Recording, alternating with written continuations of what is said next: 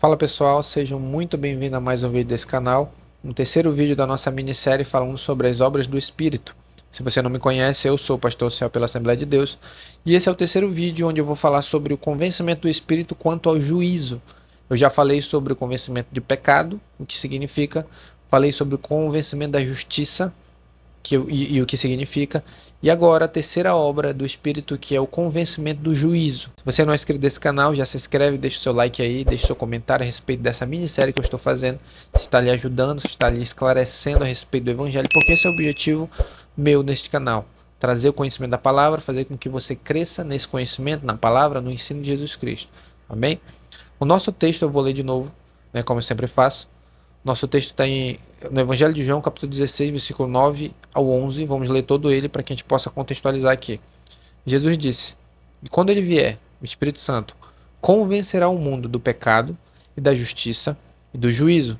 Do pecado, porque os homens não creem em mim. Da justiça, porque eu vou para meu Pai e vocês não me verão mais. E do juízo, porque o príncipe deste mundo já está julgado."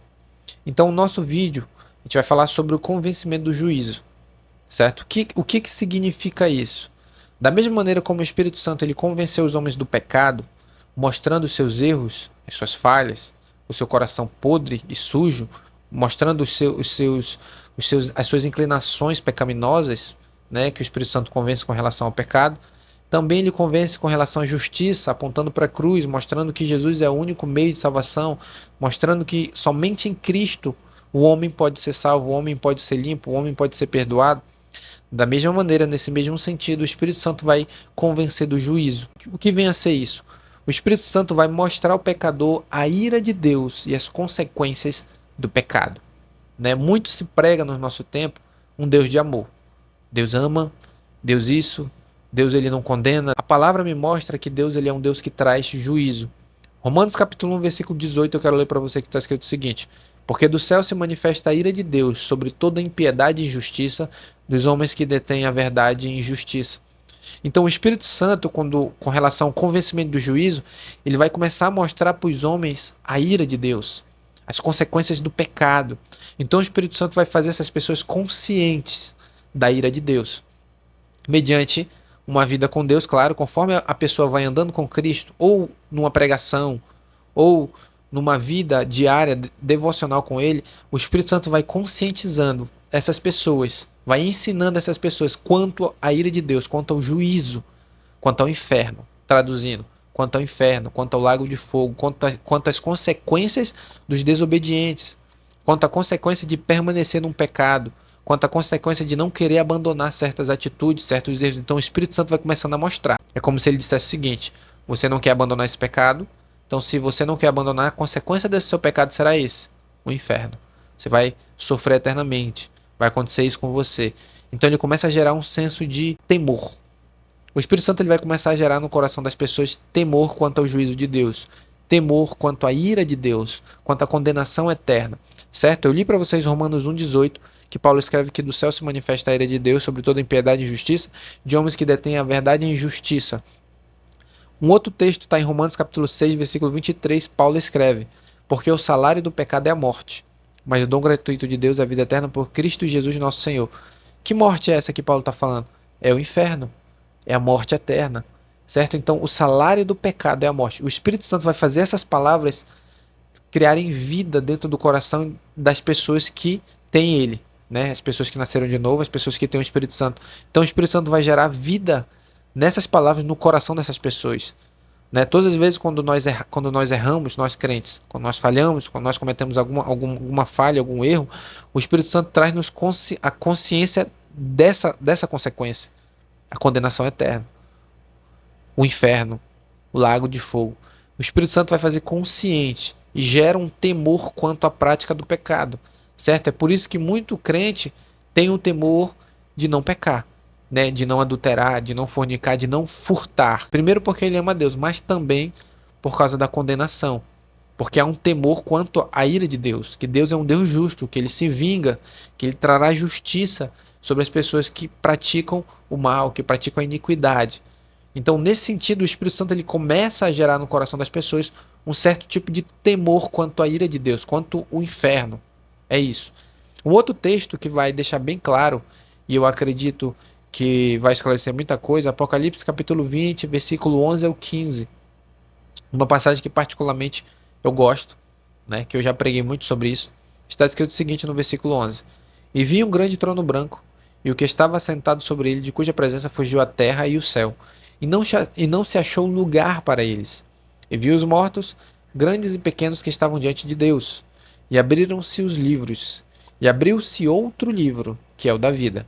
E os mortos foram julgados pelas coisas que estavam escritas nos livros segundo as suas obras. E deu o mar os mortos que nele havia, e a morte e o inferno deram os mortos que neles havia, e foram julgados cada um segundo as suas obras. E a morte e o inferno foram lançados no lago de fogo. Esta é a segunda morte. E aquele que não foi achado escrito no livro da vida foi lançado no lago de fogo. Essa aqui é a condenação final que João vê quando ele tem a visão lá quando ele está na ilha de Patmos preso. Jesus mostra para ele essa é a visão do juízo final, onde as almas irão diante de um trono e serão julgadas segundo as suas obras. Então o Espírito Santo ele vai começar a trazer essas verdades da Escritura e fazer com que elas sejam mais patentes aos olhos dos cristãos, certo? Eles vão começar a se tornar mais conscientes quanto a essa verdade. Porque veja bem, no mundo em que a gente vive, tem pessoas que dizem que o inferno não existe. Tem pessoas que dizem que o inferno é aqui. Tem pessoas que dizem morreu, acabou. Tem pessoas que dizem que existe encarnação. Tem pessoas que dizem que não existe um inferno de fogo. Que a pessoa morre, vai para um lugar bom, independente do que ela fez ou não. Então, essas crenças no mundo que existe aí afora, o Espírito Santo, quando ele entra na pessoa, ou quando ele passa a habitar na pessoa ou no cristão, ele quebra essas ideias dessas pessoas. Ele começa a quebrar a ideia de que não existe inferno, ele começa a quebrar a ideia de reencarnação, de uma vida, independente do que tu fez, uma vida boa depois da morte, ou a ideia de que morreu, acabou. Então o Espírito Santo ele começa a quebrar esse tipo de ideia. Então é isso que Jesus está dizendo. Quando o Espírito Santo viesse, ele convenceria o mundo do pecado, da justiça, do juízo nesse sentido. De que ele traria aos olhos dessas pessoas o conhecimento da condenação eterna, do inferno, né, dos horrores do inferno, da condenação eterna, do fogo do inferno, certo? O próprio Cristo, ele nos ensina dizendo: não tem mais aqueles que matam o corpo e não pode fazer nada com a alma. Mas eu vos direi a quem deveis temer. Temei antes aquele que tem poder para matar o corpo e lançar a alma no inferno. Aí Jesus vai dizer que aquelas pessoas que forem para o inferno, elas estarão no lugar onde o verme não morre, o fogo nunca se apaga e a ferida nunca cicatriza. E você vai encontrar várias e várias passagens a respeito do inferno dentro da Escritura. E o Espírito Santo, através dessas verdades, ele vai trazer o conhecimento no coração e na mente dessas pessoas que têm o Espírito. Ele vai começar a convencer quanto a essas verdades, que existe um tormento eterno, de que existe uma condenação eterna, de que existe uma verdade a respeito do inferno, onde as pessoas estarão para sempre sofrendo, queimando, sendo atormentadas, porque decidiram, por suas próprias escolhas e atitudes, rejeitarem a verdade do Evangelho.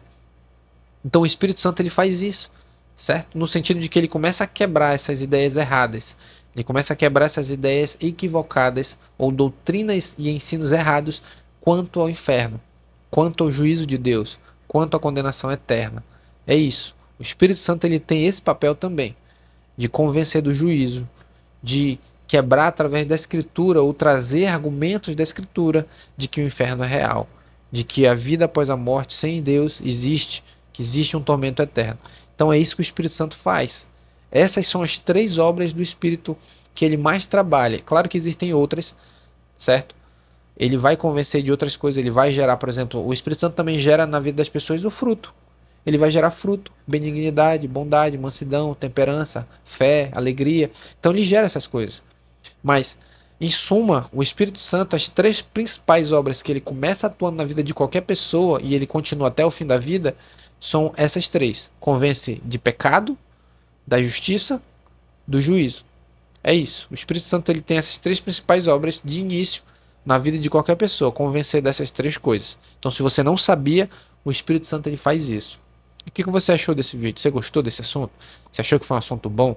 Você achou que lhe ajudou de alguma maneira?